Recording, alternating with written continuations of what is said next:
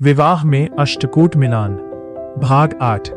नाड़ी कूट क्या है? क्या नाड़ी दोष होने पर विवाह नहीं करना चाहिए? नमस्कार मेरे सहयात्रियों, स्वागत है आपका अपने चैनल ज्योति पथ पर। आज हम अपनी अष्टकूट मिलान श्रृंखला के अंतिम और सबसे महत्वपूर्ण विषय पर चर्चा करेंगे, नाड़ी कूट। अष्टकूट मिलान में नाड़ी कूट के सर्वाधिक 8 गुण होते हैं। यही कारण है कि विवाह मिलान के समय सबसे पहले लोग यही पूछते हैं, नाड़ी दोष तो नहीं है? लेकिन क्या वास्तव में नाड़ी दोष होने का अर्थ यह है कि विवाह नहीं किया जा सकता? आइए शास्त्रों के आधार पर इसे समझते हैं। सबसे पहले ये जान लेते हैं कि नाड़ी क्या है।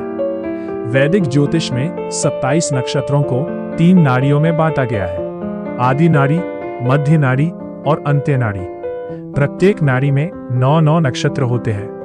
विवाह मिलान में वर और वधू के जन्म नक्षत्र की नाड़ी देखी जाती है। यदि दोनों की नाड़ी अलग अलग हो तो सामान्यतः पूरे 8 गुण प्राप्त होते हैं, लेकिन यदि दोनों की एक ही नाड़ी हो तो इसे नाड़ी दोष कहा जाता है और नाड़ी कूट के गुण नहीं मिलते। अब प्रश्न उठता है कि नाड़ी दोष को इतना महत्वपूर्ण क्यों माना गया है? परंपरागत रूप से इसका संबंध संतान सुख, स्वास्थ्य, वंश की निरंतरता और जैविक अनुकूलता से जोड़ा गया है। इसी कारण प्राचीन ज्योतिषाचार्यों ने इसे विशेष महत्व दिया। लेकिन अब सबसे महत्वपूर्ण प्रश्न, क्या नाड़ी दोष होने का अर्थ यह है कि विवाह नहीं होना चाहिए? उत्तर है, हर स्थिति में नहीं। यहीं पर बहुत से लोग भ्रमित हो जाते हैं। शास्त्रों में नाड़ी दोष के अनेक अपवाद बताए गए हैं। यदि वर और वधू का जन्म नक्षत्र अलग हो, भले ही नाड़ी समान हो। कुछ परंपराएं दोष को कम मानती हैं। यदि दोनों की राशियां अनुकूल हो, राशियों के स्वामी ग्रह मित्र हो, सप्तम भाव और सप्तमेश मजबूत हो, नवांश कुंडली शुभ हो, गुरु और शुक्र बलवान हो या अन्य शुभ योग उपस्थित हो, तो कई विद्वान ज्योतिषी नाड़ी दोष का प्रभाव कम या समाप्त मानते हैं। कुछ परंपराओं में एक ही नक्षत्र लेकिन अलग अलग चरण पाद होने पर भी अलग मत मिलते हैं। इसलिए इसका निर्णय किसी एक नियम से नहीं बल्कि संपूर्ण कुंडली के अध्ययन के बाद ही किया जाता है। यही कारण है कि अनुभवी ज्योतिषी केवल नाड़ी दोष देखकर विवाह से मना नहीं करते।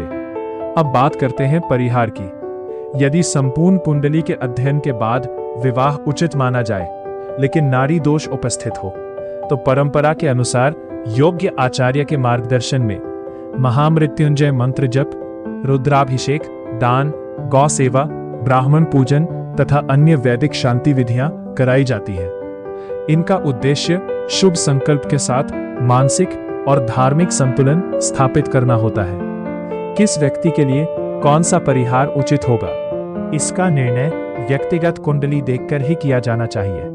और अब इस पूरी श्रृंखला का सबसे महत्वपूर्ण निष्कर्ष, अष्टकूट मिलान विवाह का एक महत्वपूर्ण आधार है, लेकिन यही अंतिम आधार नहीं है। यदि केवल 36 गुण देखकर विवाह तय कर दिया जाए और पूरी कुंडली की अनदेखी कर दी जाए तो यह अधूरा निर्णय हो सकता है। इसी प्रकार यदि केवल नाड़ी दोष देखकर एक अच्छा रिश्ता अस्वीकार कर दिया जाए तो वह भी उचित नहीं माना जा सकता।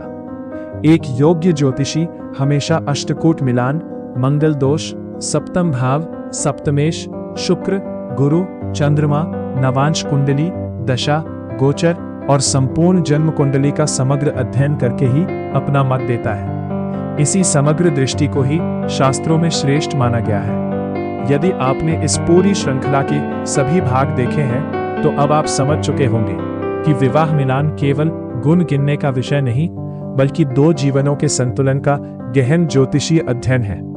यदि ये श्रृंखला आपको ज्ञानवर्धक लगी हो तो वीडियो को लाइक करें, इसे अपने मित्रों और परिवार के साथ साझा करें और ऐसे ही प्रामाणिक एवं शास्त्र सम्मत ज्योतिषीय ज्ञान के लिए ज्योति पथ चैनल से जुड़े रहिए। मैं आपका सहयात्री आपसे विदा लेता हूँ।